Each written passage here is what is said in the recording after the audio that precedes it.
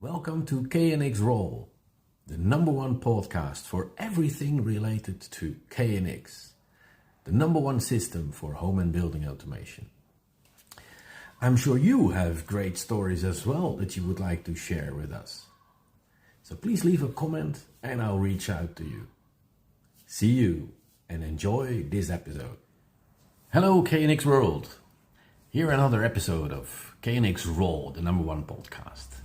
In today's episode, I'm going to take you with me on a trip down to memory lane.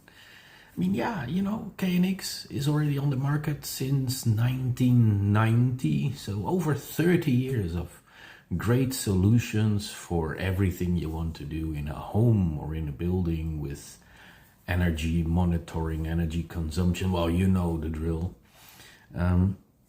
So when we started in the early 90s, the company I used to work for was not the first on the market. We had some solutions on the market since 1993. And we couldn't even make dimmers or functions for dimming. So we had switch actuators. It didn't take long before those dimmers came on the market. But then we helped installers who were renovating or building a new home and having, of course, then home automation in their home with KNX solutions. So helping them programming, setting up the system, etc. And it was indeed the first project where we had to install dimmers. The dimmers we didn't have yet. So first initially installing with on-off actuators, and later when the dimmers became available we exchanged them. So that's how we did it in those days. But then the first big project came to us. It was a hotel in the heart of Amsterdam, making a mock-up room with 6 amp actuators, everything working fine. We had to do light switching, of course, but there were some functions in it for a mirror heater. Mirror heater must be switched off when there's no occupancy in the room. So of course we had a card switch in the room that if you enter the room, put the card in the card holder, and that sort of releases the use of energy in the room. So it's some logical functions behind it. Initially the entrance light switches on, and later you can switch that off near the bedside. And if you leave the room, you take the card out, and after a few seconds everything is switched off. Then when we go into realization of the project, we did not use the 6 amp actuators. We had to use 16 amp. And they didn't have logic in it. No logic function in the 16 amp. So, oh my God, what do we do? And you should know that at that time we were using ETS 1.3. No copy and paste functions. Big project, almost 600 participants, 10 lines, 2 level group addresses. And I had to start 2 times new for how to organize my group addresses. Not just in one program, but we had to find a solution to get the logic functions into the switching actuators 16 amp. And we had a special application written by the developers. But we could not use that in the standard ETS. So they borrowed me the manufacturer version of ETS, and there I could use the 16 amp with logical functions. But then creating group addresses and starting new at the same time in one ETS that is standard and in the manufacturer version, that was a lot of work. But in the end we managed to have a clean project.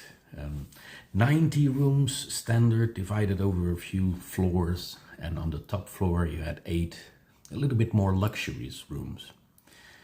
But that meant with ETS 1.3 not just making one room, copying it and then pasting it to the other 89 rooms. No copy and pasting. So every room had to be configured individually. And yeah, those were the days. So if somebody complains about ETS nowadays, don't worry.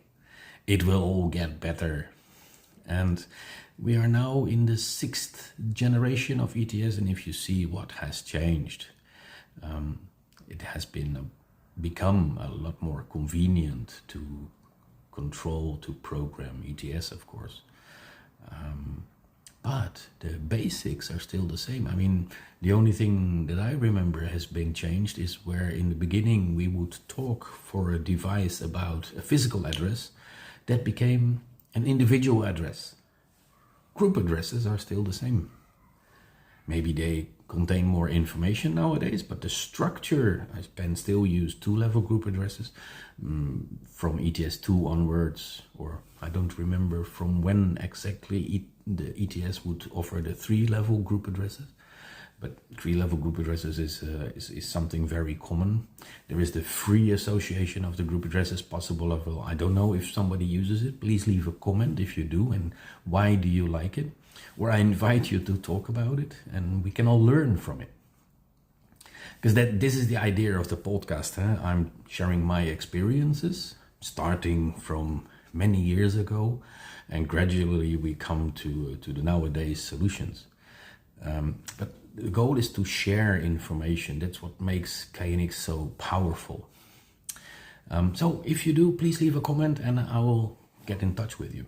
We can make a Zoom call and have a little interview and just talk about how we see things, how we started and things like that. So yeah, in the 90s, there was a lot of pioneering going on. I remember giving presentations to installers with an overhead projector. So in the beginning we had to use slides that were printed, foils that had to be printed. That was a costly business actually. Later I could make use of an external display, a see-through display actually, that you could put on the overhead projector. So the beamer that we use now consisted of an overhead with an external monitor with it. Yeah, that's how we do that. But then a lot of presentations to many installers, explaining sensors, actuators. Well, you know the drill. That's what we did in those days. And of course, in those days, we discovered many applications, and we had exhibitions, of course. So, and how could you address an exhibition with a modern technology and do interesting stuff? Well, that interesting stuff came from solutions that we had from a factory in Italy. They were having a system made available on KNX with batch readers, typically for hotel room applications. So I introduced on the exhibition a game with about 50 badges. One of those cards were programmed to function, to switch on a light. So I invited the system integrators with this card to the exhibition and to test if they would have the winning card where the light would switch on and they would get a small prize. I don't remember the prize, but it was a nice concept, just to attract attention for nice applications. In our country, Netherlands, we were never able to sell a solution like that. I learned from colleagues in Norway that they had some projects with it. Never seen anything like it actually after that.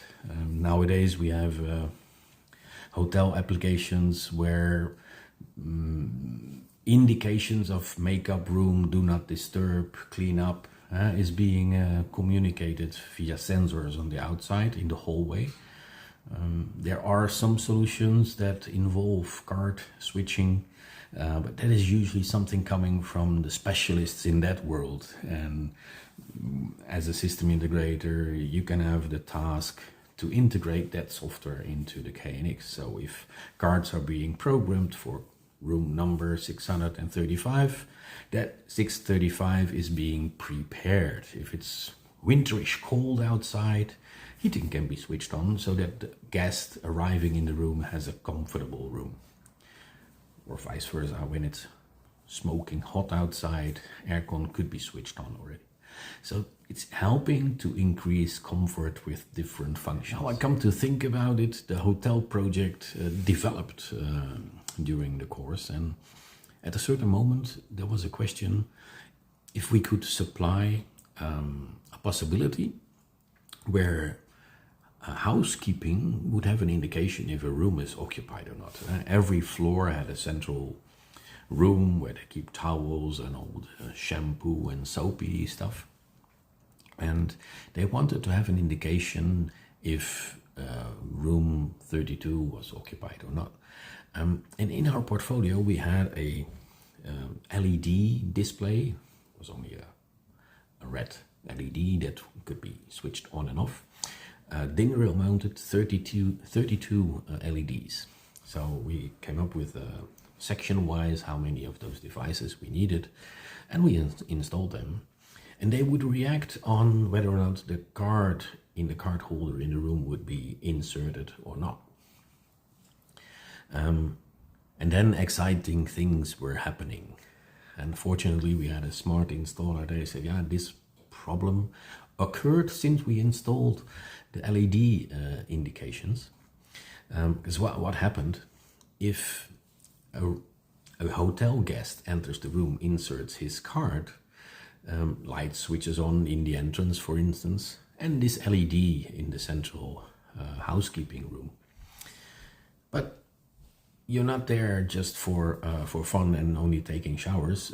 You're meant to sleep in a hotel room. So by the time the hotel guest is going to sleep and switches off the light in the hotel room, including the light in the entrance, of course, still everything okay. But this LED display, we didn't know that at that time. Remember, we were pioneering. Would ask the status of this communication object of the card holder, and its answer would say would be called yes, I am still here, which caused the entrance light to switch on. At that time the reply address was not separated from the on-off address. So